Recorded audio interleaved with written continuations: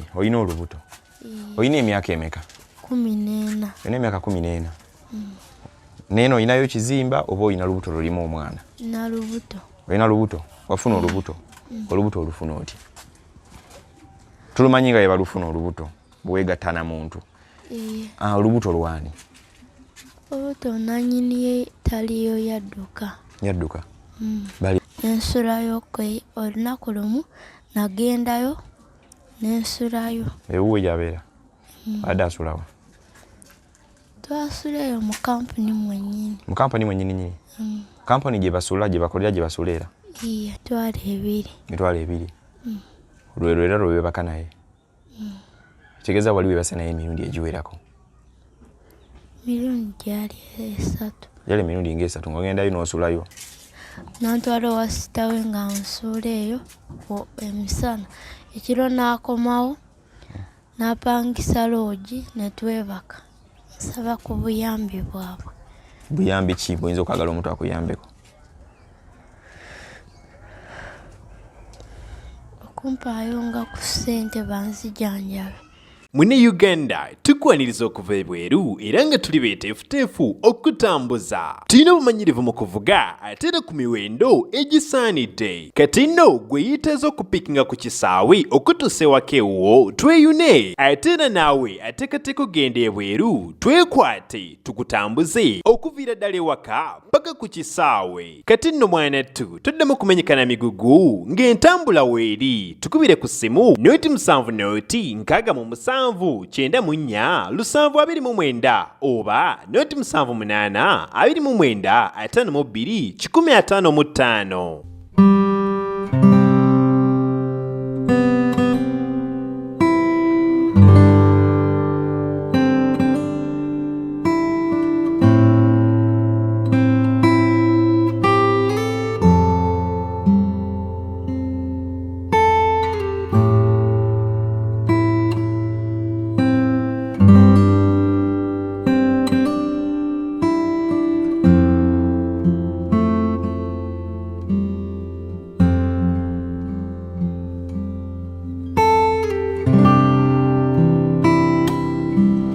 Kale nze Sonko Muhammad omukutuguta nti katusinzira okubanga tukuweereza twongera okubaanirizaako njiri gitya eyo yonna buli omu gy'otuusizaako engalo. Abasiraamu tuli mu nnaku ezisembayo ez'ekisiibo.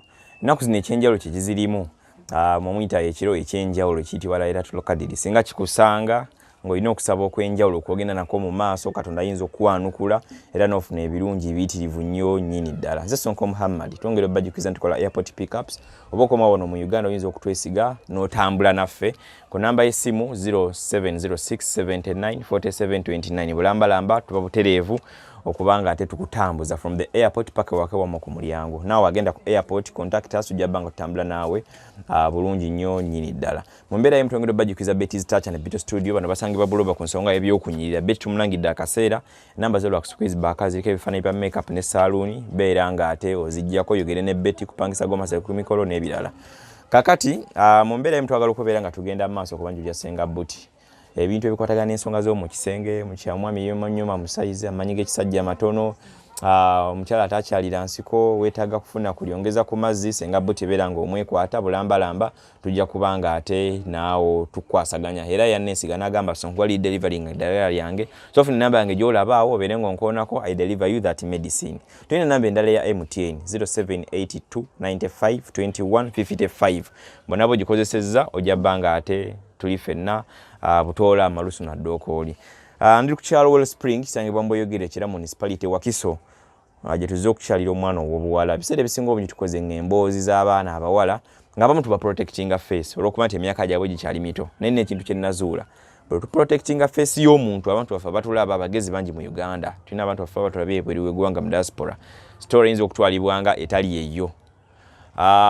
Ebimu tumenya mu mateeka nga ffe ab'amawulire nagamba bwe protectinga face ono omuntu ono yeetaaga okubeera ng'ayambibwa ate bantu tebajja kakasa kiki balaba so nze nzijjayo saagala mbalimbe aliva nantwala mu kooti nti walaze face y'omwana atanneetuuka oyinza obba omutuufu mu mbeera emu oba endala n'ate oyinza okuba nga olina omuntu gw'obeera ofiirizza ku sayidi emu oba endala.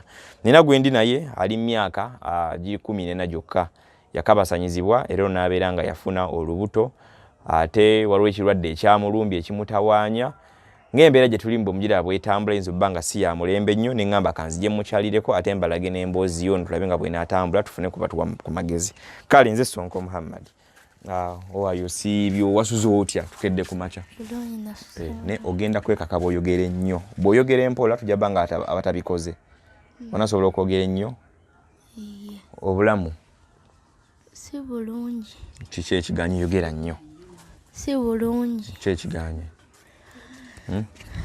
oyagala feesinga atya bwatyo okay obulamu si bulungi kiki ekiganye n'ekifaananyi kivayo bulungi gwani erinnya lyo nze kyali yogera Kiprosi nnyo bw'oba toyogera nnyo nze nja kgenda bugenzi gwani kyali Kiprosi kyali ki kyali Kiprosi oli wa ggwanga ki Musoga oli Musoga kiki mwampise nzije nkutwalireko nkulabe ki ekyakutuuseeko kati lyasookanga linnyo yasookanga linnyo wano ne bantwalako mu ddwaliro ne bagamba tetusobola kujjamu erinnya lyali liri kuluma ne bagula empeke nemirako muleke njogere naye wano mumuleke bagula empeke nomirako neliwona lyo kati twagenda olaba ate watandika ozimba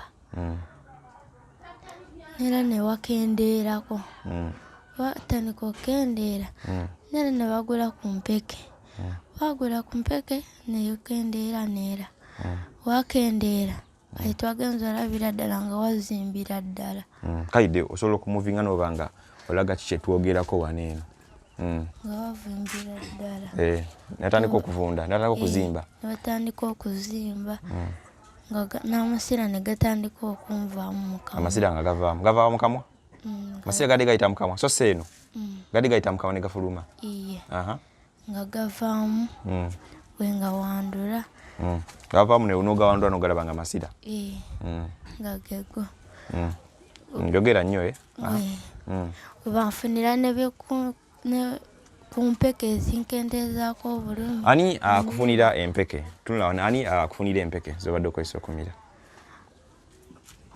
jogera waneeno yabadde anfunirako ku mpeke ez'ebitaano ng'amirako bagula empeke ez'ebitaano nga panado ng'oyo ng'omira olumi obeera owulira bungi mbeera mpulira bungi era nga seebaka muleke njogere naye muleke tokola sayini yonna nga seebaka mbeera ntudde ekiro okay oli bwoti nga bw'oli olina olubuto olina emyaka emeka 14 olina emyaka 14 neeno olinayo kizimba oba olina lubuto lulimu omwana na lubuto olina lubuto wafuna olubuto olubuto olufuna oti tulumanyi nga yebalufuna olubuto bwegattana muntu olubuto lwani olubuto nanyiniye taliyo yadduka bali bamuyitaani Kachiga Ivan Kachiga Ivan era abeera nokola spring ng'akola mirimu ki kolereyo mu kampuni nga kampuni ekola ki esomba siminti n'ebirala we mukwatagana mutya ne Kachiga Ivan okufuuka okufunisa olubuto yakwana byali bitya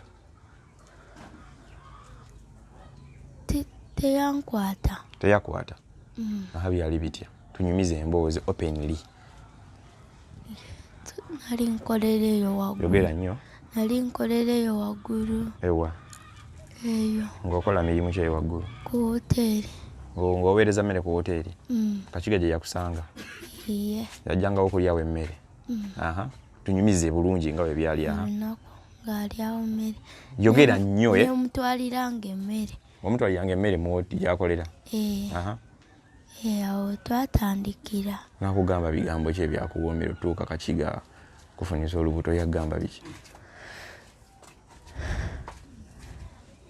yogera saagala mbenga gwenkakayemu abampise gwe mwennyini wazze ewaka bane bano baneiba baffe wetuli ku kyalo kino kwembeera tukoze stories nyingi okwetolola eggwanga nga tuyamba kubasaganyiza ku bantu baffe abali ewala kiso kino kyagudde kumpi kubiringa kanzije mpulize emboozi yono bw'oba obinyumya nga tebikwatagana ng'onyumya mpola ate nga gwe yeereese n'ojja bijja bba tebigattawo okitegeera. Tulina abantu abayamba ku bantu naye kasoola aba nga tebakuyambyeko manya wabinyumiza ng'olimba olina bye waleseeyo kati nyumiza bulungi aha Kakiga ng'omutwaliranga emmere aha. Kati awo neŋŋendayokko nensulayookko olunaku lumu nagendayo nensulayo. Ewuwe gyabeera adde asulawo twasuleyo mu kampuni mwennyini. mu kampuni mwennyini nyini kampuni gye basula gye bakolera gye basuleera balinamu rooms. Aha gye twasula. Kati mwakkaanya nakugamba ekiro salako olina ssimu yakubira byali bitya? Nagendayo yaŋŋamba ŋŋendeyo. Najja ng'osuleyo nga nawe kibigenda okuddirira ng'obimanyi. Ki ekyakusindiikiriza otuuke okugenda osule ewa Kakiga? Yagamba biki ebyakusindika noga kangende nsuleyo ewa Kakiga? Kale yali ampa ssente. Yali akuwa ensimbi. Lwe yakuwa ssente nnyingi zaali mmeka? Zojjukira mu bulamu bwo nti kati tumaze banga twekwana naye ku luno yankuba omuliri gw'ensimbi zaali bwe ziti. Teyampa nnyingi nnyo. Lwe yali akuwadde ssente nnyingi labanga limaze nga muli mulavu naye zaali ssente mmeka? Nagadde mu bibuuzo nga mbikubuuza direct. Yali akuwaddeko ssente mmeka ennyingi? Mitwalo ebiri. Lwe era lwe weebaka naye. Kitegeeza wali weebase naye emirundi egiwerako. Mirundi gyali 3. Yali emirundi ng'esatu ng'ogendayo n'osulayo n'oddayo n'ola n'osulayo. Egy'ebiri saasulayo. Kati ate ewaka eno obeera naani? Wano we tuzze wamu waka. Wano wewaabwe ewaka obeera naani? Mbeera ne brother wange ne mula wange. Ne mulamu wo ye mukyala wa brother wo. Kati lw'otaasula wakati yakubuuza wasuze ewa ku luno? Nakomawo era nambuuza. Koggwe? Nakuba nako. Nakuba? Ani yakuba brother mulamu? Ng'agamba nemugamba bugambi nsaba kunsonyiwa. Nga tumubuulira watuufu gye wasuze nti wasuze owoomerwa Kakiga. Kakiga aha. Kati olubuto lulwina bbanga ki lw'oyina? Lwa myezi 7. Olubuto lwa myezi 7. So baaba we yategeera ne muula nti ofunye olubuto? Baasala amagezi ki baakola batya? Bagamba tunoonye omusajja neŋŋenda ne mbamulaga. Nawe bamulaga n'agamba Kakiga n'atandika okulabirira nawe yaddukira byali bitya? Teyandabirira. Teyakulabirira? Tetagendayo yampaako 2 gyokka kitundu gyokka gye yakomako. Nga gyali gyaki egyo 2 ekitundu? Yagamba muno yakola ki? Yakunguliramu bye njagala. Awo teyaddamu tuwa ku ssente zonna. Oyo mukyala mugambe tabeera wala muulawo ono abeere wano kumpi wano. Jagukulira mu bintu. Kakiga ati ajja atya akuddukeko kabulewo? Twagendako wa sitawe. Nagendayo ku kampuni ye nga sirina buyambi era ettama lyali awo lizimbye. Olutama lwe gatandise okuzimba. Neŋŋendayo ampe ku buyambi. Nantwala owa sitawe nansuulanga eyo ng'akomawo kiro ne tukomawo. Yakutwala ewa sisita we olwo nga lwaki ovuddeyo newaka nga bakugambye gende wa bbaawo? Nedda nagendayo ampe ku buyambi. Kakiga? So yena akutwala nagabeera ano ne sisita wange ng'ettama litandikirizawo okuzimba. Nantwala owa sita we nga nsuula eyo emisana ekiro n'akomawo n'apangisa loogi ne twebaka. Ewa sisita we gye wasiibanga then ekiro nga Kakiga bw'aba annyuse nga ajja nga apangisa loogi ne mwebaka. Ng'akomawo Emikono ne mugitandika buto once again. Kati awo ne tuvaayo n'aŋŋamba ddayo ewaka. Nga ntuteko mu ddwaliro bamugamba 5,000 ekyokusikaaninga wano. Kusikaaninga ettama lino balabe ki ekiri munda. Kati awo kwe kubuula we yankomye awo wano. So mwagenda mu ddwaliro ki? Mulago. Mwagenda Mulago ng'ettama etandise ozimba.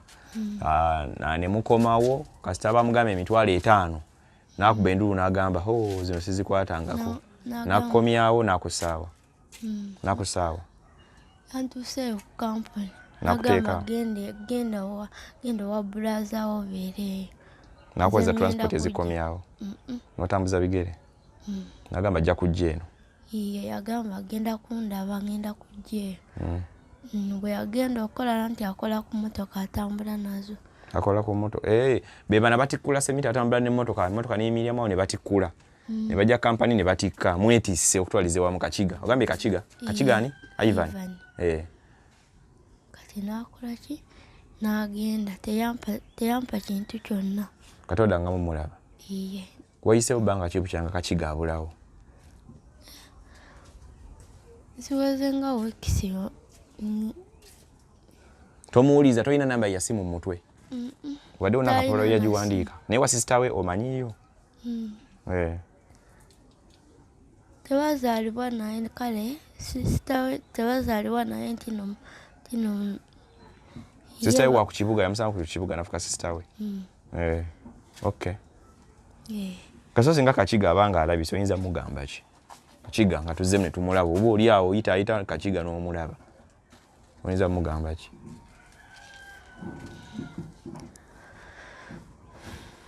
Kakiga mpasa Kakiga netaga buyambi Kakiga nkumisinga Kakiga olubuto tulujjemu nze nkuba byenyinza olowoozaako nga nze oyinza mugamba ki Kakiga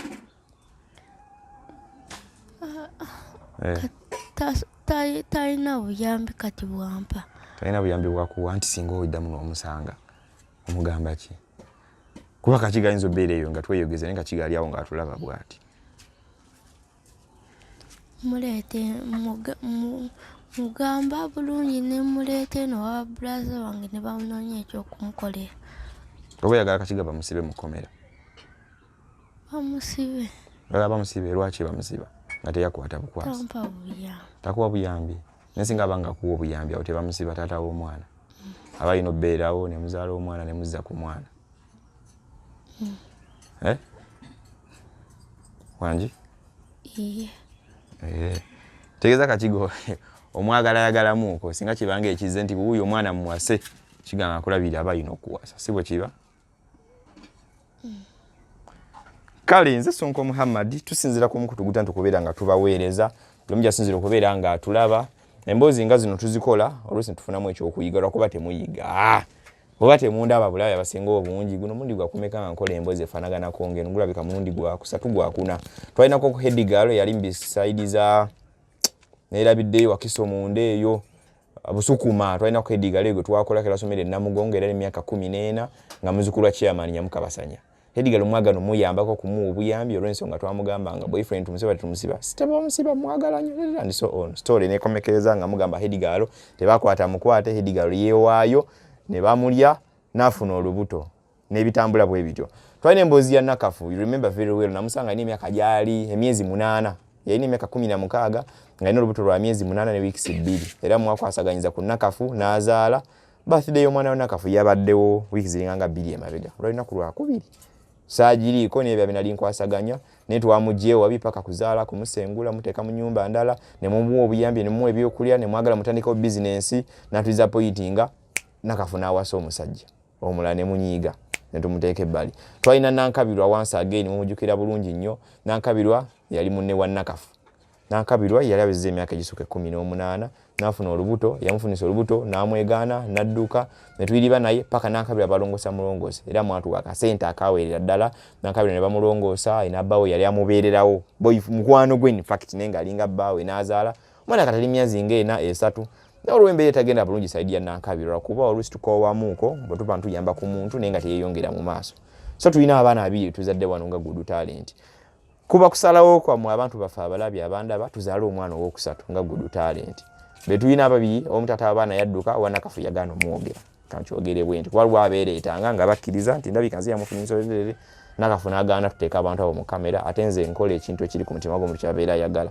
so tuyina ono kwa myaka 14 gyokka oba egy'obuto oba egy'obukulu ate ze n'afuna challenge najja afuna ekyamulumbye wano tufuna okulowooza oba kansa oba kirerere abasawo bajja kwongera okubeera nga batunnyonnyola olubuto lwa myezi 7 alina emyaka 14 tamanyi kiddako Kakiga omwesitisibwa seminti yamukabasanya n'amutikka olubuto esala kakati Kakiga oba yazeeyo ekabaale oba Kakiga ayimbyawa tetumanyi Kakiga aliruddawa wano we babeera eno wali omwami bamuyita Bone bamukubagagga betulina boyogerera ine ennyumba ezisukka emitwalo 5 okwetoloola eggwanga erya Uganda era tulina ne landlord waffe wano bamuyita Jebbi so mu kitundu kino kyalo ekya Kiyama ne bamuyita Bukenya Elisa so alinga vaisi we bamumanyinga n'abakyala Nalongo Emerida yatubidde n'omwana ono okuba nti omwana alabika obulamu buli mu matigga wakati kati w'okulama n'okufa tumulaba wuno akozze aweddeyo erinnyo limuluma limutujja treatment ekyali nzibu so abantu abakulaba oyinza kubagamba ki eri ebikwatako byonna n'olubuto n'ebyakakiga n'ekini ekikutujja waneeno abantu oyinza bagamba ki saba ku buyambi bwabwe buyambi ki buyinza okwagala omuntu akuyambeko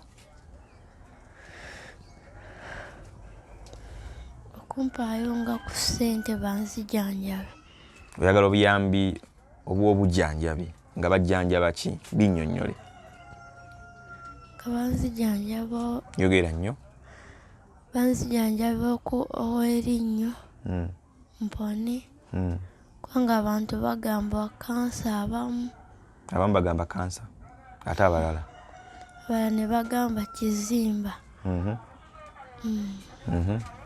ate ekirala tenyina n'olubuto tulina n'olubuto watandiko abakazi banywa byabaita okunywa eddagala okimanyi balinywa batya asinagenda tozze mu kibuuzo balinywa batya eddagala kibaita okunywa eddagala kyeki oyinza obimanya gwe obiwulira baniibano nga bebabyogera wazaalako watuwaye wazaalako omwana asooka tozaalangako oluto olusoose ensaaga kati okunywa eddagala tonatandika onywa eddagala batandikira ku myezi emeka tomanyi wali sinkanyeko omuntu yenna nakubulira ku bintu by'olubuto nga biba bitambula tolina gwe wali osinkanyeko yenna so tonatandika kunywa ddagala tolina wadde ekipande wadde ekintu kyonna naye nga olubuto olwo terulina buzibu oluwulira bulungi omwana mwali asamba oba tanatandika samba mwali omulira nga asamba samaazi kuba samaazi owulira nga omwana akuba samba muli munda mu lubuto okay ogambye gwana erinnya lyo kyali ki pros ogambye oli musoga olusoga olumanyi olwogera osobola okukozesa olulimi olusoga n'osaba ku basoga banno abali eyo ne bannayuganda bonna bakwasaganyizeeko abali wano n'abali bweru w'eggwanga kozesa olulimi olwo olusoga osaba abantu bonna abasoga n'abantu bonna bakuyambeko yogera nnyo basoga banange mwasize mutya nze kyali kipulosi mbaire nsaba ku buyambi bwammwe obuyambi obwaki naki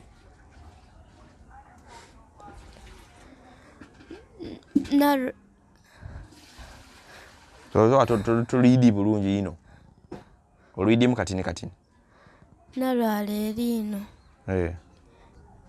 kati erino lyakola ki lyawona kati ekizimba kyaidda aye tetwidde oba kizimba oba ki abantu bakuba bati kansa awo titwidde twena basoga ki bomanyi mu Uganda nga batiikirivu abantu babamanyi bali mu limelight abantu babamanyi balaba ku TV balira ku radio and so ne basoga bomanyiyo nga abantu babamanyi ensi bamanyi kyentegezo kitegedde kati abanyankole biki balinayo ba Regi balinayo ba President Museveni gwanga libamanyi naye abasoga bomanyiyo nga bamanyi batiikirivu mu gwanga tobayidi ba John Black tobayidi ba Sidiki Vocals tobayidi muna tobayidi abantu abo bakadaga tobayidi kadaga mumanyi saba abantu abo direct obogera amanyi bagaye bannange ndi mwana we wamwe busoga bugembe kaliro biki ebyo obagambe munyambeko ndi wakati kati w'okufa n'okusimatuka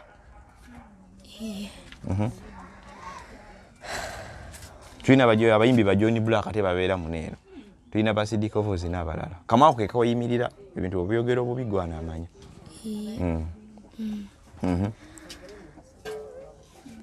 Bananga abayimbi bonna abasoga. Jogera amannya g'abantu tobamanyi nkubbidde ne ku bigezo. Ba John Black, Mama Kadaga, baire nsaba ku buyambi bwammwe. Bandi Dandabe, mpone kino ekizimba. Ate ndi wa lubuto. Nina emyaka 14. Baire nsaba buyambi bwammwe banange. Abasoga mwena mwena. Kikuluma nnyo kikulemesa n'okwogera obulungi. Kale nze Sonko Muhammad ono ebigambo bye bitinitini wayeyo genda girinnya. Ebigambo byono bitonotono nga bwomanyi mwana muto myaka giri 14 n'emboozi bw'obanga ogiraba nga bwetambula osobola okuba ate nga obaako nga bw'obirabye kudira muyimba taluwoomya n'osobola okuba nga obaako engeri z'obba ng'omukwasaganyaamu mwenemu obenda tolaba obulamu busobola okukyukako. Tomanya osanga ayinza okubeera omuntu ow'enjawulo obulamu ne bugenda mu maaso.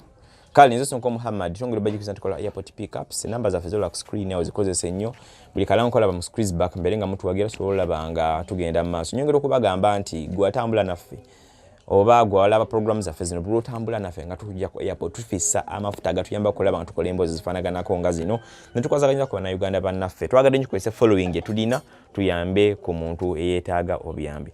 Professor Kaide yali ku ennaku olwaleero tukoze program nga tusinzira ku Kyala Wall Spring kisangibwa Mboyogerere Kira Municipality wa Kiso District. Kale akomeye hata 10 na mpeera. Assalamu alaikum warahmatullahi wabarakatuh. Mune Uganda tukwaniriza okuva ebweru era nga tuli beeteefuteefu okutambuza. Tulina obumanyirivu mu kuvuga ate era ku miwendo egisaanidde. Kati nno gwe yeetaaza okupikinga ku kisaawe okutuusa ewaka ewuwo tweyune ate era naawe ateekateeka okugenda ebweru twekwate tukutambuze okuviira ddala ewaka paka ku kisaawe. Kati nno mwanattu toddamu kumenyekana migugu ng'entambula weeri tukubire ku ssimu noti 7 noti 6 94 729 oba noti 78 29 52 155.